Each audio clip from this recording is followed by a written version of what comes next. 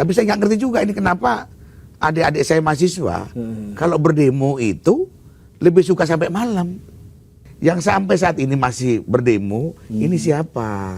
Kita sangat menghargai adik-adik mahasiswa ataupun dari pihak-pihak lain untuk melakukan demo, karena saya juga tukang demo.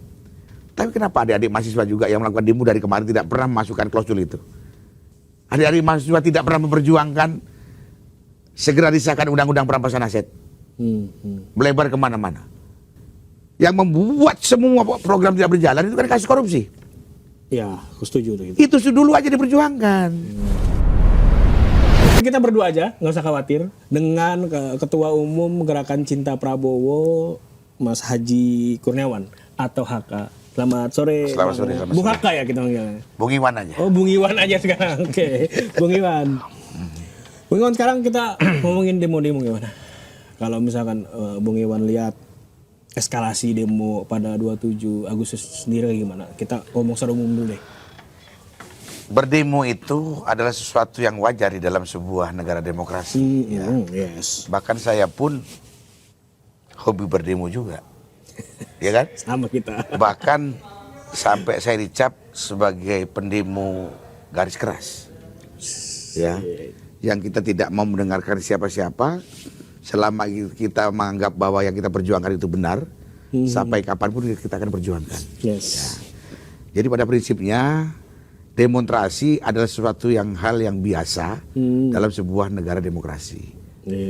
Tapi demo yang bagaimana dulu? Ya. Demo yang bagaimana dulu? Ya. Selama demo itu adalah wadah dalam menyampaikan aspirasi, tentunya tidak jadi masalah.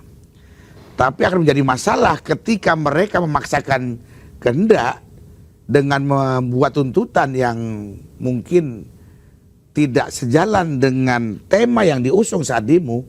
Ini yang jadi masalah. Oh yes. Ya, kan kita dalam mengajukan pemberitahuan kepada pihak kepolisian, kita pasti mencantumkan temanya. Oh iya. Temanya apa yang akan diusung? Tentang pengesahan RUU perampasan aset contohnya. Yes. Sama, saya menghargai kelompok AMPB ini. Cuma dua tuntutannya. Sahkan undang-undang perampasan aset dan hukum mati koruptor. Cuma dua. Ya. Dan mereka sudah kembali saat ini. Karena begitu mereka datang, langsung diterima oleh Wakil Ketua DPR. Bang Dasko kan? Bang Dasko sudah menerima mereka dengan baik. Bahkan memberikan deadline waktu atau menjanjikan bahwa undang-undang perampasan asetnya akan diresmikan, akan disahkan tanggal 15 Desember. Ya, 15 itu udah Desember. deadline ya. Deadline. Jadi apa lagi? Kalau DPR sudah berani menjanjikan bahwa tanggal 15 Desember adalah batas akhir untuk disahkannya undang-undang itu, berarti sudah selesai dong. Ya, tuntutan sudah tersampaikan. Oke. Tinggal kita monitoring. Tanggal 15 nanti DPR ini benar-benar mengesahkan undang-undang perampasan aset ini atau bagaimana? Yes, ya. Nah, jadi intinya mereka jauh-jauh dari luar Jakarta datang ke Jakarta untuk menyampaikan aspirasi dan sudah diterima oleh kawan-kawan DPR, tentunya sudah selesai dong. Ya harusnya. Oke. Udah selesai. Iya. Kan tuntutan cuma itu. Kena seharusnya lagi nih, tidak perlu juga jauh-jauh dari Pati nyampe ke Jakarta. Kalau kawan-kawan DPR juga merespon dengan cepat apa yang dimaui oleh masyarakat.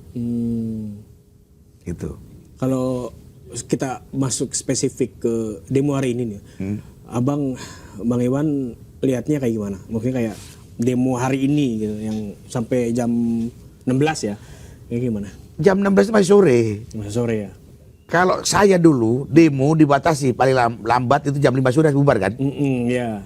Tapi saya nggak ngerti juga ini kenapa adik-adik saya mahasiswa kalau berdemo itu lebih suka sampai malam.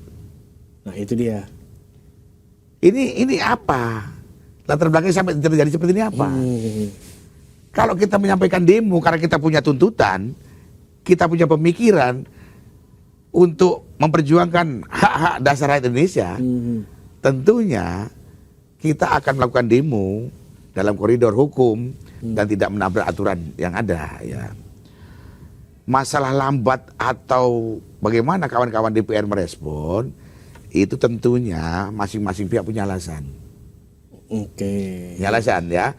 Jadi saya menyikapi demo pada hari ini, demo inti itu tentang undang-undang perampasan aset dan dihukumnya koruptor dengan hukuman mati udah selesai. Sebenarnya judul hari ini cuma itu aja, nggak ada judul tambahan dan ini sudah disampaikan langsung oleh Mas Boto yang dari AMPB, ya. Ini itu yang sampaikan. Kalau ada tuntutan lain itu di luar kendali mereka, di luar keinginan mereka. Yang saya pertanyakan, yang sampai saat ini masih berdemo, ini siapa? Ini siapa? Itu yang juga itu yang jadi tema besar kita ya di Daily Buzz hari ini soal penyusup itu. Karena kan kita juga sebelumnya ngobrol bahwa nggak ada demo yang sebenarnya tidak disusupi. Ya. Tapi yang jadi pertanyaan tuh untuk demo hari ini di 27 Agustus ini, penyusup seperti apa nih yang diwanti-wanti? Kalau kalau AMPB sudah selesai. Yes. Saya bisa pastikan 100% tidak ada penyusup. Murni kemauan rakyat Indonesia yang menginginkan supaya para koruptor itu dihukum mati, supaya kedepannya tidak ada lagi kasus-kasus korupsi yang merugikan bangsa dan negara. Ya, walaupun saya sudah memastikan juga tidak ada demo satupun tanpa disusupi kepentingan pihak-pihak lain. Iya. Itu pasti. Ya, makanya saya bilang saya sayangkan gini lah. Kita sangat menghargai adik-adik mahasiswa ataupun dari pihak-pihak lain untuk melakukan demo, karena saya juga tukang demo. Selama demo itu murni memperjuangkan aspirasi dari masyarakat. Tapi kenapa adik-adik mahasiswa juga yang melakukan demo dari kemarin tidak pernah memasukkan klausul itu? Adik-adik mahasiswa tidak pernah memperjuangkan segera disahkan undang-undang perampasan aset. Melebar kemana-mana. Gitu loh. Jadi menurut Bang Iwan mending fokus ke 1-2 tuntutan dulu. Ya itu yang membuat lumpuh perekonomian Indonesia ini, yang membuat semua program tidak berjalan itu kan kasus korupsi. Ya, aku setuju gitu. Itu dulu aja diperjuangkan. Kalau sudah tidak ada anti korupsi berarti tidak ada lagi kesulitan masalah finansial.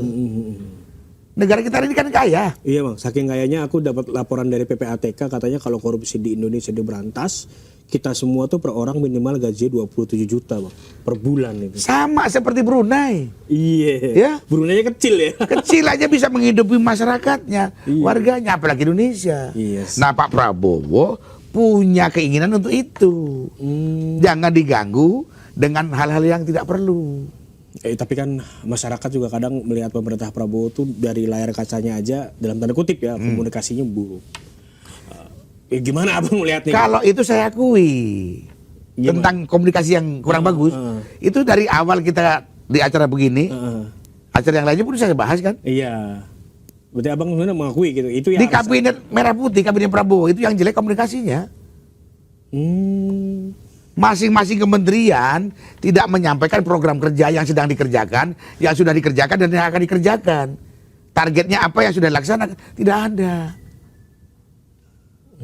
Jadi yang ada seperti Prabowo bekerja sendiri. Iya, jadi kayak Prabowo one man show ya. Jadi ya iya, karena itulah saya menyayangkan. Saya selalu mengatakan kawan-kawan yang sudah duduk di kabinet, kalian itu menjabat untuk membantu Prabowo menjalankan program-program kerja, atau kalian ini aji mumpung yang penting duduk jadi pejabat, atau yang lebih ekstrim lagi, kalian itu akan membantu Prabowo atau akan membantu Prabowo jatuh. Gak sempet baca? Dengerin aja, klik icon text to speech di okezone.com.